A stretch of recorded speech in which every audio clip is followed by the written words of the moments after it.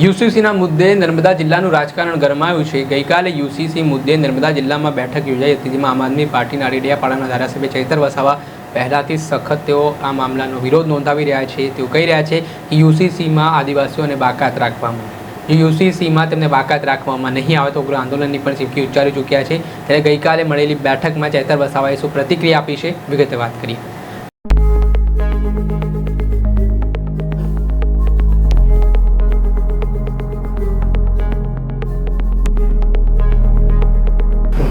શું તમે શોપ લેવાનું વિચારી રહ્યા છો? શું તમે અમદાવાદમાં શોપ શોધવા માટે આમ તેમ ફરી રહ્યા છો? તો આજે ચિંતા મૂકી દો। અમદાવાદના પોસ્ટ વિસ્તાર પાલડી ભટ્ટા ખાતે વજ્ર પ્લાઝામાં પ્રથમ માળે 156 સ્ક્વેર ફૂટની શોપ છે, તે વેચવાની છે, જેની અંદાજિત કિંમત 35 લાખ રૂપિયા છે। એટલે તમે વહેલા તે પહેલાંના ધોરણે જલ્દી જ સંપર્ક કરો। આ એક સુવર્ણ તક છે, તે જે ખરીદનારો છે તેમના માટે છે। આ નીચે આપેલા નંબર ઉપર આજે જ તમે સંપર્ક કરીને તાત્કાલિક આ જે શોપ છે તેના વિશે વધુ માહિતી મેળવો અને આ તક ઝડપી લો। નમસ્કાર દર્શક મિત્રો, સ્કાયનેટ મીડિયામાં આપનું સ્વાગત છે। હું છું ફૈઝાન। આગામી દિવસોમાં ગુજરાત સરકાર ઉત્તરાખંડ સરકારની જેમ યુસીસી લાગુ કરવા જતી હોય તે પ્રકારની ચર્ચાઓ વેગવાન બની છે।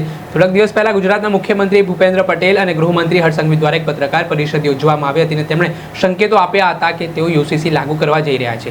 તેમાં 45 દિવસમાં એક કમિટીના રિપોર્ટ છે તે સરકારને સુપ્રત કરવાનું રહેશે, જેમાં આ કમિટી તમામ ધર્મના આગેવાનો સાથે મુલાકાત કરશે, ચર્ચાઓ કરશે અને ત્યારબાદ આ રિપોર્ટ તૈયાર કરીને યુસીસીનો મુસદ્દો તૈયાર કરવામાં આવશે। ત્યારે મામલે આમ આદમી પાર્ટીના ડેડિયાપાડાના ધારાસભ્ય, જે આદિવાસી સમાજના આગેવાન પણ છે, ચૈતર વસાવા, તે સતત આ યુસીસીનો વિરોધ નોંધાવી રહ્યા છે। ન માત્ર ચૈતર વસાવા, અનંત પટેલ હોય કે જે અન્ય આદિવાસી સમાજના નેતાઓ હોય તે પણ યુસીસીનો વિરોધ નોંધાવતા દેખાઈ રહ્યા છે। આ મામલે નર્મદા જિલ્લાના ડેડિયાપાડામાં જે બેઠક યોજાઈ હતી યુસીસી મામલે, તેમાં ચૈતર વસાવાએ ફરી એકવાર યુસીસી લાગુ થવાથી આદિવાસી સમાજ તેમજ અલ્પસંખ્યક સમાજને મોટું નુકસાન થઈ શકે છે તે પ્રકારની વાત થઈ છે। તેમણે કહ્યું છે કે આદિવાસી સમાજને જે સંવિધાનિક વસ્તુઓ પ્રાપ્ત થઈ છે, પૈસા એક્ટ હોય, બંધારણીય જે શિક્ષણ તેમજ અલગ અલગ પ્રકારના અધિકારો તેમને મળ્યા છે, જો યુસીસી લાગુ થશે તો એ અધિકારો નષ્ટ થઈ જશે। આદિવાસી સમાજની જે રીતિ રિવાજો હોય, સંસ્કૃતિ હોય, પરંપરા હોય, તે પણ નષ્ટ થઈ જશે। તે મામલાને લઈને તેમણે શું ચીમકી ઉચ્ચારી છે, પહેલાં તે સાંભળી લો। સમાન સિવિલ કોડ સમિતિ દ્વારા નર્મદા જિલ્લામાં સમાન સિવિલ કોડ લાગુ કરવા માટેના સૂચનો અને મંતવ્યો લેવા માટેની આજે કમિટીની બેઠક હતી। આ કમિટીમાં અમે બેઠા, શરૂઆતમાં અમે એમના પર જાણવાનો પ્રયાસ કર્યો એટલે એમણે કીધું કે રાજ્યના ગૃહમંત્રી દ્વારા એક નિવેદન આપવામાં આવ્યું છે કે આદિવાસી પર લાગુ ના થાય, પણ રાજ્યના સીએમ સહિતના કેટલાય નિવેદનો આપીને એ ફરી જતા હોય છે। ત્યારે અમે લેખિત માંગ કરી છે કે આદિવાસીઓ પર લાગુ થવાના છે કે કેમ। બીજી અમારી વાત છે, જો યુસીસી સર્વ સમાજ પર લાગુ થાય છે તો સૌથી વધારે નુકસાન આદિવાસી સમાજને થશે, માઇનોરિટીને થશે, એસસી અને ઓબીસીને થશે। આ તમામ સમુદાયના પોતાના વ્યક્તિગત લો છે, વારસાઈની બાબત હોય, લગ્નની બાબત હોય, છૂટાછેડાની બાબત હોય, બધી પોતપોતાના વ્યક્તિગત લો છે। એટલે અમારી જે પરંપરાઓ છે, રૂઢિઓ છે, જેમાં છૂટાછેડા હોય, ગોદ લેવાનું હોય, ઘર જમાઈ રાખવાના હોય, ઉત્તરાધિકારી નક્કી કરવાના હોય, બહુપત્નીત્વનો હોય, બહુપતિત્વનો હોય, વિધવા વિધુર પુનઃ લગ્નની વાત હોય, જેવી તમામે તમામ બાબતો અમને પેઢી દર પેઢી મળી આવેલ છે। અને તે વખતે પણ મુગલોના 500 વર્ષના શાસન હોય કે અંગ્રેજોના 175 વર્ષના શાસન હોય, અને દેશનું જ્યારે બંધારણ બન્યું ત્યારે પણ 23/11/1948માં આર્ટિકલ 44 પર ચર્ચા થઈ, તે વખતે આર્ટિકલ 35 હતું, ત્યારે પણ યુસીસી લાગુ કરવામાં કોઈએ સમર્થન નથી આપ્યું। ત્યારે અમે જે ગુજરાત સરકાર મત વિરુદ્ધ, લોકોના સંમતિ વિરુદ્ધમાં જે યુસીસી લાગુ કરવા જઈ રહી છે એનો વિરોધ કરીએ છીએ અને આદિવાસીઓને તો સદંતર એમાંથી બાકાત રાખવાની વાત કરી છે। કેમ કે આદિવાસીઓને જે યુસીસી લાગુ પડે તો જે અમને શૈક્ષણિક અને રાજકીય અનામત મળે છે, જે રીતના હું અનામત બેઠક પરથી ચૂંટાઈને આવું છું, એ નષ્ટ થશે।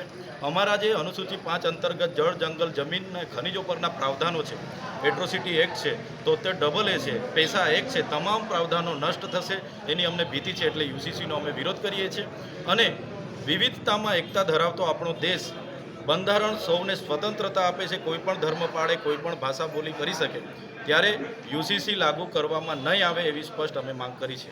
ચેતરભાઈ, યુસીસીને લઈને આજે જે બેઠક જરૂર છે કે નહીં? દેશમાં બંધારણ બન્યું છે ને આખો દેશ બંધારણથી ચાલે છે। દેશ 1947માં આઝાદ થયો, વિવિધતામાં એકતા એ જ દેશની ઓળખ છે, બિનસાંપ્રદાયિક દેશ છે।